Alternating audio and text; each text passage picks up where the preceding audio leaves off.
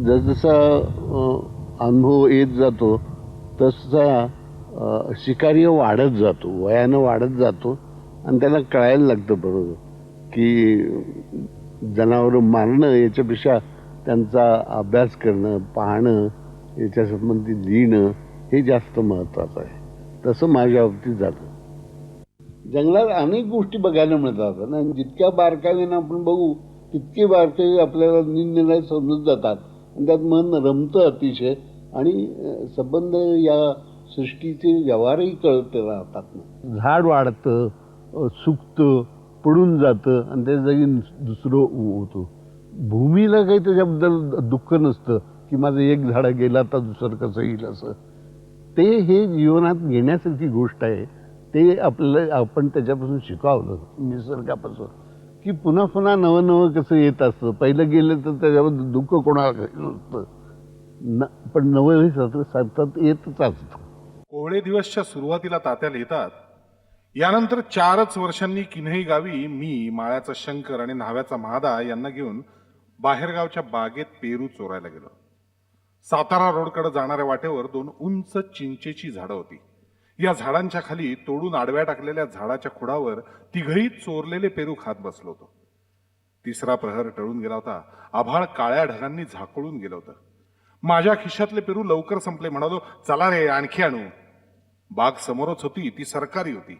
आबा वहिवाटदार होते, मला माळ्याची भीती नव्हती. शंकर तयार झाला, महादा नको म्हणाला. नको नको, मी इथंच बसतो, तुम्ही दोघं या पेरू घेऊन. 100 यार्डावरच आम्ही पेरूच्या डहाळ्यात वानरांसारखे बसलो असताना काळ्या आभाळात वीज कडाडली. लक्कन डोळे दिपवणारा उजेड झाला. डोळे गच्च मिटून आम्ही पेरूच्या खोडाला मिठ्या मारल्या. विजेचा लोळ उंच चिंचेवर उतरला आणि म्हादाला जाळून पळून जमिनीत शिरला. छातीची धडधड शांत झाल्यावर पेरूंनी जड झालेले चड्ड्यांचे खिसे सावरत आम्ही दोघं चिंचेकडे आलो. चिंचेची एका बाजूची पानं जळून गेली होती. खोडावरही काळ पट्टा होता. म्हादा करपून धुळीत पडला होता. पुन्हा पेरू काढायला न जाता आम्ही म्हादाच्या जागी बसून राहिलो असतो तर. तेव्हाही आई मला पोटाशी धरून रडरड रडली. देवापुढे उभा करून म्हणाली, जगदंबेची शपथ घे, पुन्हा न सांगता सवरता रानात असा जाणार नाही म्हणून. मी शपथ घेतली. आई माझा हात आपल्या गळ्यावर ठेवून म्हणाली, बघ, ही शपथ मोडलीस तर मी मरून जाईन. काही वर्ष शपथ पाळली. पुढं माझ्याकडून शपथ पाळली गेली नाही. मग आई म्हणाली, तुला आता मी देवालाच व्हायला, तो तुला तारील नाही तर मारील. आर्स्किन कॉडवेल हा अमेरिकन लेखक रानात जाऊन राहिला होता. त्यानं स्वतःच झोपडी बांधली होती. आसपासच्या जमिनीत बटाटे पेरून त्यावर तो उपजीविका करत असे. त्याच्या व्रतस्थ लिखाणात आसपासच्या निसर्गाचा रस पूर्ण उतरलाय अशी लेखन साधना हवी असं तात्यांनाही वाटे. ते म्हणत, जीवनाला साधेपणाचे धडपे असावे लागते. नागझिऱ्यामधला आहे. तळ्यापासून 300-400 पावलं चालून गेल्यावर चव्हाटा लागायचा. तळ्याचा काठ सोडून निघालं, उजव्या हाताला वळलं की थेट समोरच चव्हाटा. एक तांबडा रस्ता मुरदोली गावाकडे जाणारा, एक साकोलीकडे जाणारा, एक कुसुम तोंडीकडे जाणारा आणि एक तिरोड्याला जाणारा. मुरदोली 23 तर तिरोडा 32 किलोमीटर अंतरावर होतं. या सगळ्या रस्त्यांपैकी तिरोडा रस्त्यावर माझं जरा विशेषच प्रेम होतं. इथेच रस्त्याच्या उजव्या बाजूला रायवळ आंब्यांची 4-6 झाडं होती. मोठी गवती कुरणं होती. त्या पलीकडे जंगलच जंगल होतं. कशासाठी कोण जाणे या कुरणाला तारेचं कुंपण होतं. ते खुबीनं ओलांडून चवीनं कैऱ्या खात बसलेली वानरांची टोळी भर दुपारी मला तिथं दिसायची. हे कुरण आणि मध्ये कुसुम तोंडीला गेलेला रस्ता सोडून पलीकडे तसलंच मोठं कुरण म्हणजे उठून गेलेल्या नागझिरा गावची शेत जमीन होती असं लोक म्हणायचे. कुरणाच्या एका बाजूला जंगल होतं. कुरणाच्या मागे पुन्हा फॉरेस्ट गार्डाची क्वार्टर्स होती. रात्रीच्या वेळी कांचन मृगाचे मोठमोठे कळप या कुरणात जंगलांच्या बाजूने शिरायचे. तिकडे कुंपणच नव्हतं. रात्री 500-700 कांचन मृगांचा कळप तिथे विसावायचा. मनुष्य वस्तीच्या आश्रयानं रात्र घालवणं त्यांना कदाचित सुरक्षित वाटत असावं. रायवळ आंब्यांच्या राईपलीकडे गवताळ कुरणात संध्याकाळी 7च्या सुमाराला मी अनेकदा काळ्या तितराचं ओरडणं ऐकून चकित झालो होतो. खरं तर उन्हाळ्यात ही पाखरं कधीच ओरडताना ऐकू येत नाहीत. पावसाळ्यात येतात. रानकोंबडा जसा वेळूच्या रानात आखूड आवाजात वरचेवर ओरडतो तसाच काहीसा हा आवाज असतो. मे महिन्यातच याच्या हाका का बरं सुरू झाल्या असाव्यात? यंदा पावसाळा लवकर येणार की काय? संध्याकाळी माझ्या कानी येणारं ते ओरडणं म्हणजे चालण्याच्या नादात फाटाफूट झालेल्यांनी एकमेकांना हाका मारल्या तसं असावं. फॉरेस्ट गार्डची घरं मागे टाकून पुढे गेलं की मग पुन्हा एकदा डावीकडे वळलं की तिरोडा रस्ता लागायचा. दोन्ही बाजूला दाट जंगल आणि मधून जाणारा हा तांबडा रस्ता म्हणजे जलरंगातलं एक सुंदर निसर्गचित्रच होतं. इथल्या हवेला झाडाच्या मोहरांचा, मोहाच्या फुलांचा, गवताचा मंद सुवास असे आणि नाना पाखरांच्या सकाळच्या कूजनाचा नाद असे. बाकी सर्वत्र शांत, प्रसन्न. भल्या सकाळी उठून एखादे ताजे वृत्तपत्र वाचावे तसा हा रस्ता मी वाचत असे. मोठी मोठी शीर्षके असत. काल रात्रीपासून भल्या पहाटेपर्यंत घडलेल्या घटनांचा वृत्तांत इथे वाचायला मिळे. अँथ्रेक्स आजारानं व्याकुळ होऊन कळपा वेगळा झालेला थोडा लंगरणारा मोठा गवा तळ्याकाठच्या हिरव्या गवतात चरून अगदी सकाळी सकाळी या वाटेनं गेलेला असे. त्याचे खूर मौसूद तांबड्या धुळीवर तत्काळ दिसत आणि थेट 2 किलोमीटरपर्यंत म्हणजे जिथे डाव्या बाजूला असलेली टेकडीची पाठ वळण घेत होती आणि मोठा आडवा नाला लागत होता तिथपर्यंत जात असत. 2 किलोमीटरच्या पांढऱ्या दगडा पलीकडे तळ्याभोवती चक्कर घेणारा गोल रस्ता लागत असे. तिकडे तो गवा वळून जंगलात शिरलेला असे.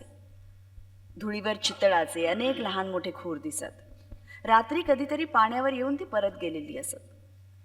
तांबड्या रस्त्यावर काही ठिकाणी कोवळ्या पानांची ताजी रांगोळी दिसे. त्यावरून वानरगण रात्री कुठे विसावला होता आणि त्यांची न्याहारी कधी सुरू झाली हे मला कळत असे. वानरांच्या लेंड्या आणि इराकतही दिसे. 3 मे या दिवशी मी इथे येऊन दाखल झालो.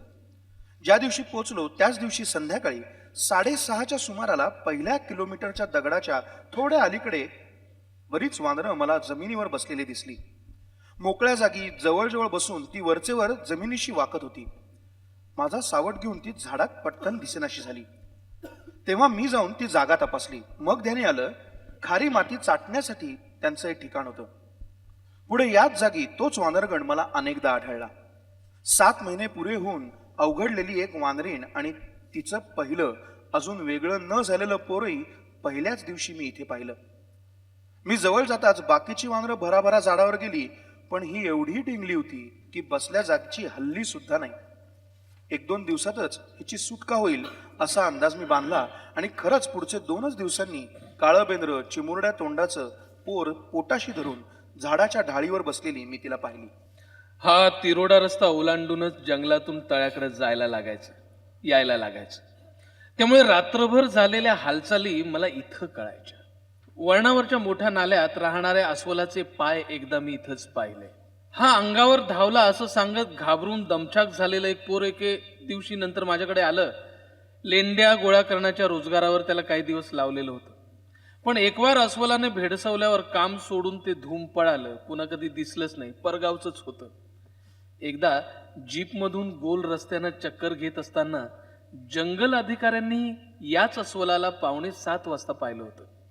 जीपला पाहून ते धूम नाल्यात पळालं. 20-1 फूट जाऊन थांबलं, वळलं आणि पुन्हा झेपा घेत पहिल्या जागी येऊन जीपकडे बघू लागलं.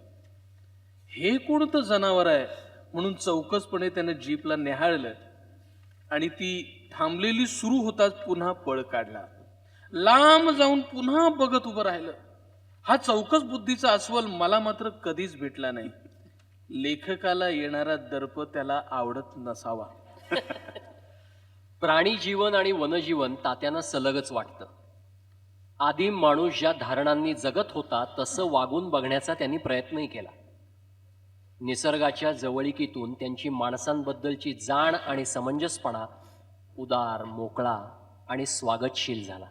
रोज भल्या सकाळी आणि संध्याकाळी मी तिरोडा रस्त्यावर चक्कर मारायला जायचो. असा एकही दिवस 3 आठवड्यात गेला नाही की तिरोडा रस्त्यावर मला काहीच दिसलं नाही. माझी सचित्र टिपण वही कोणत्याही पानावर उघडली तरी नोंद असतेच. उदाहरणार्थ 3 मे संध्याकाळी 6 वाजता येरुनी वेल खात बसलेले 2 बायसन म्हणजे गवे पाहिले. रंग काळा होता. 20 यार्डावर होते. कान टवकारले. संशय येताच दाट जंगलात शिरले. कसई, माहूर ही झुडपं खाल्लेली आढळली. गवे कोणकोणत्या वेली झुडपं खातात यांची एकदा नोंद केली पाहिजे. 6:30. कांचनमृग, 3 नर, 5 माद्या, 2 पोरं दिसली.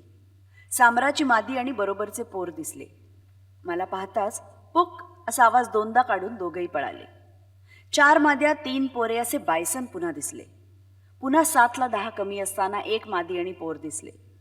सगळ्यांची तोंड विरुद्ध दिशेकडे होती. वाटेवरनं हालेच ना. तेव्हा मीच वळसा घेऊन लांब वाटेनी कॅम्पकडे गेलो.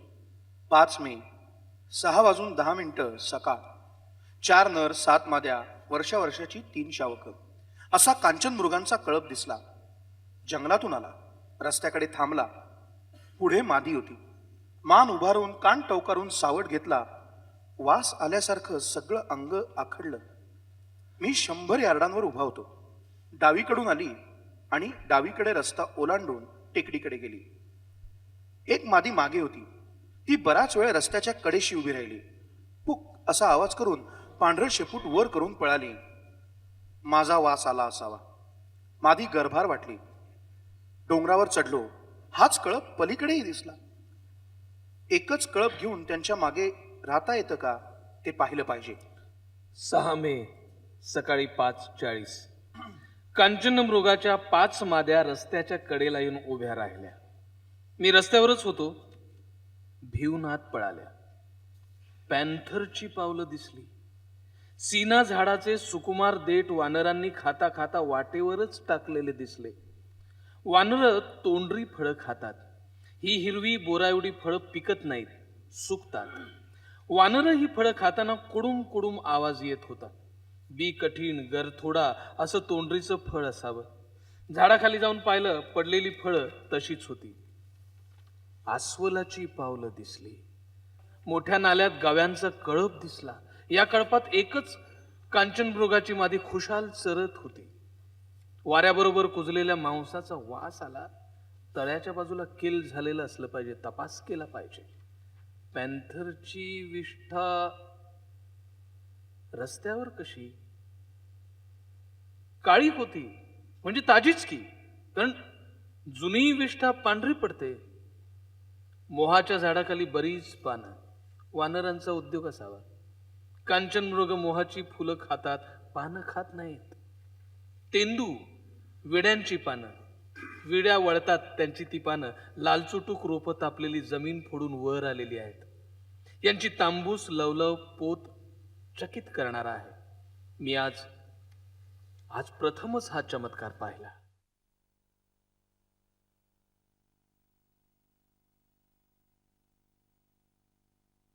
पुण्यात राहत असतानाच मला एक दिवशी वाटलं की फार सुसंस्कृतपणा का कामाचा नाही.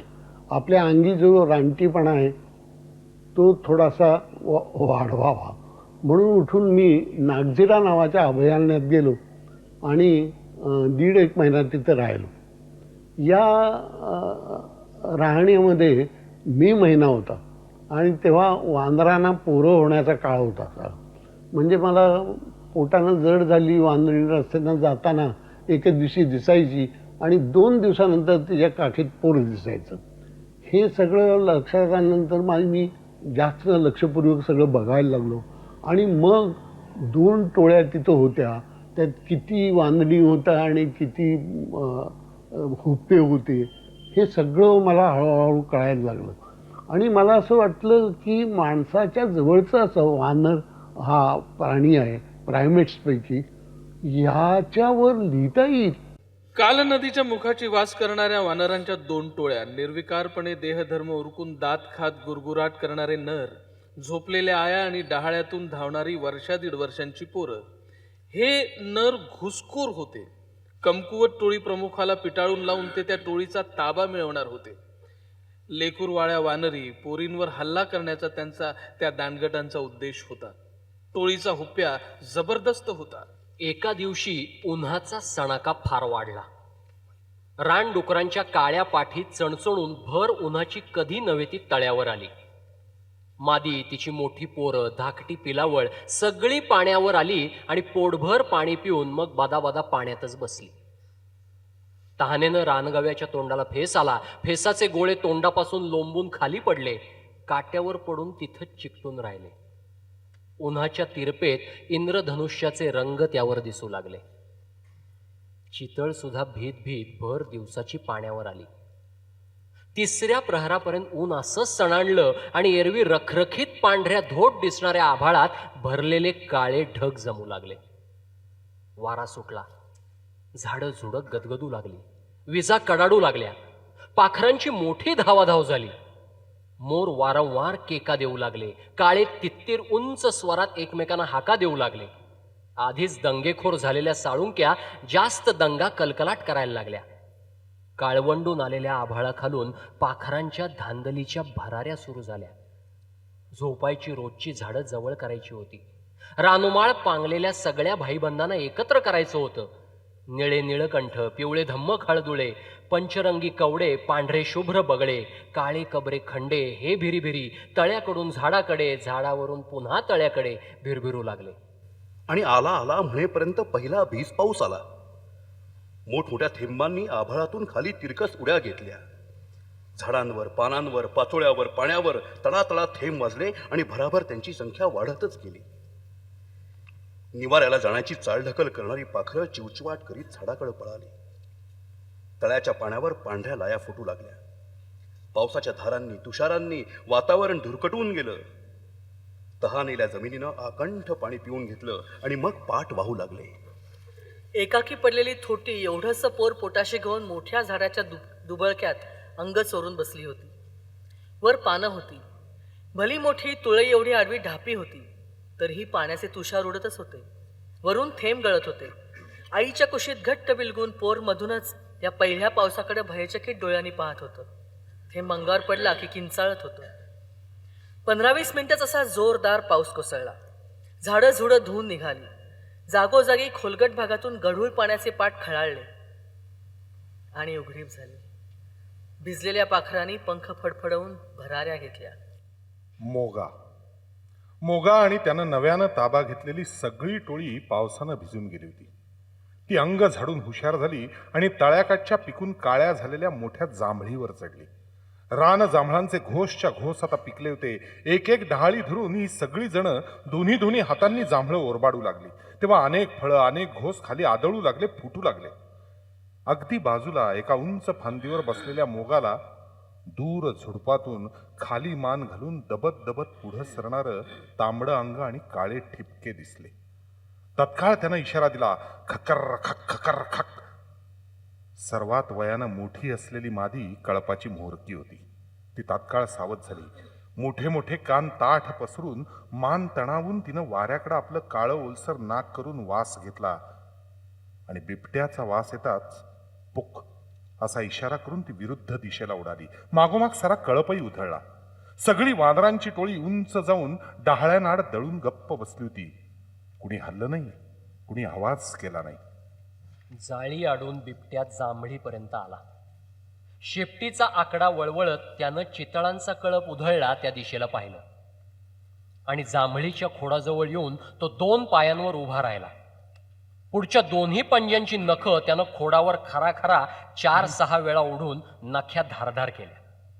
मग खोडाकडं पाठ फिरवली आणि उग्र वासाच्या मुताची तुरतुरी खोडावर सोडून ते भिजवलं. आपली हद्द दाखवणारं हे वासाचं बराच काळ टिकणारं निशाण तिथं रोवून तो चालायला लागला. 2 पायांवर उभं राहून राहून वानरं त्या दिशेकडे बघत राहिली. बिबट्या पार दिसेनासा झाला तेव्हा त्यांचा जांभळाचा फराळ पुन्हा चालू झाला. मोगाच्या बरोबर येऊन ज्यांनी बुडाशी हाणामारी केली होती ते 5 नर लाल बुडाच्या बेवारशी टोळीत घुसले आणि तिथं त्यांनी जोरदार दंगा केला. वानरींनी विरोध केलाच नाही. या पोरांनी पुन्हा पुन्हा ओढून त्यांना अंगाखाली घेतलं आणि गर्भार असूनही 3ही वानरी गेल्या. जिपरी, जाडी, भुली या तिघींच्याही पोटी गर्भ होते. त्या माझावर नव्हत्या तरीही त्या गेल्या. 5 नरांपैकी खऱ्या अर्थानं नर पदवीला पोचला एकच होता. बाकी 4 अजून पोरच होती. आणि मोगा निघून जाताच त्यांच्यात गुरगुराट सुरू झाला. काही वेळ सगळे एकत्र हिंडले फिरले, पण माद्या दिसताच खरी मारामारी सुरू झाली. आपल्या चौघात दणकट जबड्याचा पिसाळल्या कुत्र्यासारखा अंगावर धावून येणारा दाढीवालाच बळवंत आहे हे बाकी चौघांच्या ध्यानात आलं. तो आपल्या आसपास कुणाला फिरकू देईन असा झाला. तिन्हीही माद्या पुन्हा पुन्हा त्याच्याशीच जुगल्या. पहिला, दुसरा, तिसरा, चौथा असे 4 दिवस गेले आणि दाढीवाला उत्तरोत्तर जास्तीत जास्त दादागिरी करत गेला. त्यानं बाकी चौघांना हाकलून दिलं. ते शेपटं वर करून पळून गेले. मुडाच्या टोळीतली ती 2 पोरं ह्या चौघांना जाऊन मिळाली. किवंडी आणि मारकुटी ह्या 2 माद्या 5 दिवसांनीच माझावर आल्या आणि दाढीवाल्याशी जुगल्या. लालबुड्याच्या बेवारशी टोळीला नर मिळाला. 6 भटक्यांची टोळी पुन्हा परागंदा झाली. प्रौढ वानरींना वाटाड्या करून दाढीवाला आपल्या राज्याच्या सीमा बघू लागल्या. रस्ते वाटा माहीत करून घेऊ लागला. कोणतं फळझाड कुठं आहे, झोपायला झाडं कुठं कुठं आहेत, पाणी कुठं आहे, धोक्याच्या जागा म्हणजे रानकुत्र्यांची वस्ती, बिबट्याची जाळी, अजगराचं बीळ त्यानं बघून घेतलं. आणि सगळं स्थिरस्थावर झाल्यावर 2 आठवड्यांनी पहिल्यांदा भल्या पहाटे जाग येताच त्यानं बुभुत्कार केला. तो रानात घुमला. अजून विरला नाही तोच काटेसावरीच्या उंच झाडावरून प्रतिसाद आला. हा आवाज मोगाचा होता. कालचे पेंढारी याचे सत्ताधारी झाले होते. सत्ता मिळाल्यावर ते शेजारी म्हणून राहतात का एकमेकांच्या जीवावर उठतात हे अजून ठरायचं होतं. आज केवळ अस्तित्व घोषित केलं गेलं होतं आणि त्याची दखल घेतली गेली होती. काळाप्रमाणे संघर्षही सतत वाहतच असतो. त्याला खंड असा नसतोच. असलीच तर भरती असते, पूर असतो. जेव्हा जेव्हा खाणारी तोंड भरमसाठ वाढतात, गर्दी होते, तेव्हा तेव्हा संघर्ष बळावून उठतो. जेव्हा उपलब्ध अन्नात भूमीत वाटेकरी निर्माण होतात तेव्हा संघर्ष उचल खातो. जेव्हा अस्थिरता निर्माण होते, एखादी जात धोक्यात येते, बाहेरून परक कुणी येतं आणि बंदिस्त टोळीत घुसू पाहतं, तेव्हा संघर्ष उतू जातो. ज्यांना बोलता येतं ते हा राग, उद्दामपणा, संघर्ष शब्दातून दाखवतात. ज्यांना बोलता येत नाही त्यांचे रागलोप, प्रेम हावभावातून, स्पर्शातूनच सांगितले जातात. संघर्ष पेटला की शस्त्रास्त्र वापरली जातात. ज्यांना शस्त्रास्त्र माहीतच नसतात ते सुळे आणि नख वापरतात. पण संघर्ष सर्वत्र भरूनच राहिलेला असतो. सत्तांतरच्या निमित्तानं खूप धुराळा उडाला. वाङ्मय चौऱ्याचा तात्यांवर आरोपही झाला. सत्तांतराच्या नंतरच्या आवृत्तीला स्वतःची भूमिका स्पष्ट करणारी प्रस्तावना त्यांनी लिहिली. ती फक्त सत्तांतरच नव्हे तर एकूण लेखन व्यवहाराविषयी सांगते. सत्तांतर हे वानरांच्या वर्तनाचा अभ्यास म्हणून लिहिलेलं शास्त्रीय पुस्तक नव्हे. पानगळी जंगलात प्रत्यक्ष घडणाऱ्या घटितांवर आधारलेली ती एक कल्पित कथा आहे.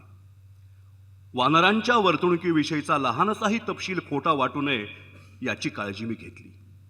आणि ज्या जंगलात ही वानरे आहेत ते जंगलही सर्वार्थाने जिथं जागतं व्हावं, वानरांचं आणि इतर पशुपक्ष्यांचं नातं गोतं सिद्ध व्हावं असाही प्रयत्न केला. भक्ष्य मिळवण्यासाठी सतत होणारा संघर्ष दाखवला आणि जननाचा उत्सवही रंगवला. प्रत्येक लेखकाला स्वतःच्या पुस्तकासाठी स्वतःच वाट शोधावी लागते आणि प्रत्येक कादंबरी स्वतःचा वेगळा चेहरा घेऊन जन्माला येते. त्यामुळे एका पुस्तकासारखं दुसरं पुस्तक दाखवता येत नाही, जवळपासचं म्हणून दाखवता येतं. लेखक आणि कवी लेखन सामग्री कुठून गोळा करतो हे नेमकेपणानं त्यालाही सांगता येईलच असं नाही. प्रत्यक्ष अवलोकनातून, ऐकलेल्या संभाषणातून, वाचनातून तो कल्पना मिळवेल. त्यातून जी निर्मिती होते तिच्यावर त्याची मुद्रा आहे की नाही हे महत्त्वाचं आहे. त्याचं वेगळेपण आणि सामर्थ्य तिथं दिसतं, तिथं तो अनोळखी वाटत नाही. मला नम्रपणे असं म्हणावंसं वाटतं की सत्तांतरावर लेखकाची मुद्रा आहे. तात्यांची मुद्रा असणारे 18 कथासंग्रह, 8 कादंबऱ्या, 8 नाटकं, ललित ग्रंथ, प्रवास वर्णन, अनुवाद, व्यक्तिचित्र संग्रह एवढं लिखाण आहे. या सर्व लिखाणात 2 गोष्टी प्रामुख्यानं जाणवत राहतात आपल्याला. एक, त्यांची मातीशी, मातीतून जन्मणाऱ्या अनुभवाशी असणारी असाधारण जवळीक. आणि 2, कथन करणे या फॉर्मवर त्यांचं असणारं प्रेम. हे प्रेम दाखवण्याचं नाही तर उमाळ्याचं आहे. त्यांच्या अंगावरल्या त्वचेसारखं ते त्यांचं स्वतःचं वैयक्तिक आहे.